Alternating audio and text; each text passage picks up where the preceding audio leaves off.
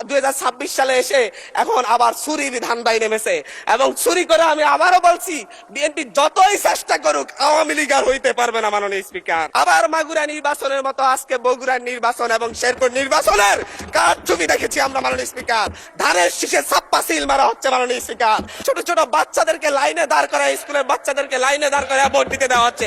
এর চাইতে নির্লজ্জতা আর কি আছে? মাননীয় স্পিকার, বিএনপি কি বর্তমান সরকারকে বিশেষ পরিস্থিতিতে বলতে আগামীতে বিএনপি যেই পথে হাঁটছে সেই পথে আরেকটা অভ্যুত্থানের আশঙ্কা করতেছে কিনা, যে আর মধ্য দিয়ে মূলত আবার বিএনপি দলীয় শেয়ার জবরদখলকারী যত যে প্রার্থীরা থাকবে তাদেরকে অপসারণ করার জন্য এই আইন করা হচ্ছে কিনা। আমি জানি না আসলে বিশেষ পরিস্থিতি বলতে কোন বিশেষ পরিস্থিতিকে বোঝানো হচ্ছে এই আইনে।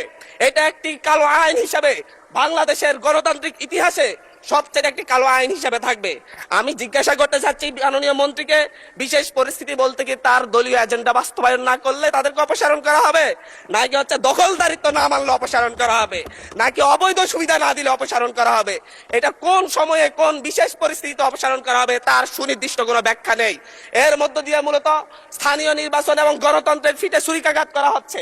মাননীয় স্পিকার, এখানে বলা হচ্ছে উপযুক্ত ব্যক্তি যদি বিশেষ পরিস্থিতিতে সরকার এই ক্ষেত্রে নিয়োগও করতে পারবে।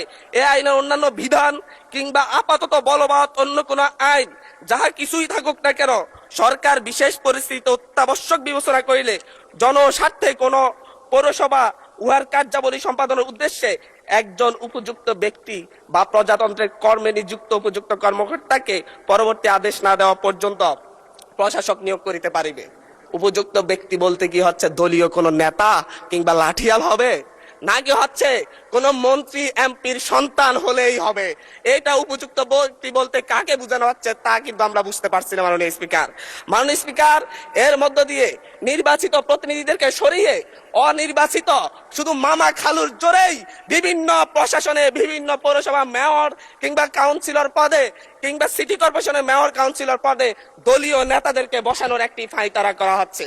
মাননীয় স্পিকার, আমরা কোনো কথা বলতে গেলেই আমরা দেখি যে হচ্ছে বিভিন্ন সময় যখন হচ্ছে আওয়ামী সংসদ ছিল, পেশিবাদের সংসদ ছিল, তখন স্বজন হারানোর বেদনা উঠে আসতো। মাননীয় স্পিকার, এখনো দেখা যাচ্ছে আমরা যখনই গণতন্ত্রের কথা বলি, যখনই স্থানীয় সরকারকে আমরা শক্তিশালী করার কথা বলি, তখন বলা শুরু করে আমরাই তো গণতন্ত্রের প্রবক্তা, আমরাই তো নতুন করে বাংলাদেশকে গণতন্ত্র উপহার দিয়েছি, আমরাই তো বাংলাদেশে নতুন গণতন্ত্রের পুনর্জন্ম দিয়েছি।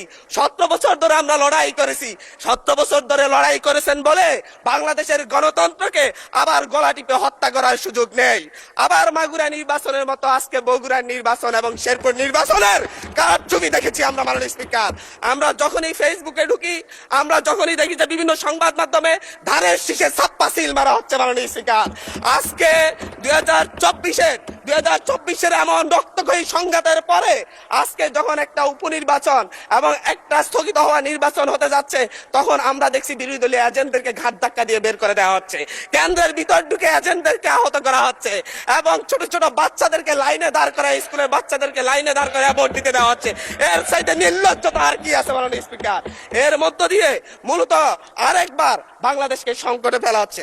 একটা বিষয় হচ্ছে আমাদের যে ট্রেজারি বেঞ্চ রয়েছেন, ওই ট্রেজারি বেঞ্চের নেতারা বারবার বাংলাদেশের গণতন্ত্রকে হত্যা করার চেষ্টা কিন্তু করেছেন, কিন্তু ওনারা ব্যর্থ হয়েছেন, আওয়ামী লীগের মতো সফল হন নাই।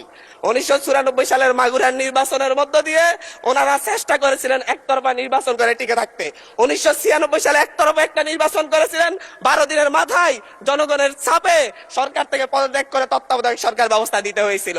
আবার 2006 সালে এসে বিচারপতির 2 বছর মেয়াদ বাড়িয়ে তারপর আবার ক্ষমতায় থাকার বন্দী করেছিলেন, কিন্তু বাংলাদেশের জনগণ সেই সুযোগ দেয় নাই।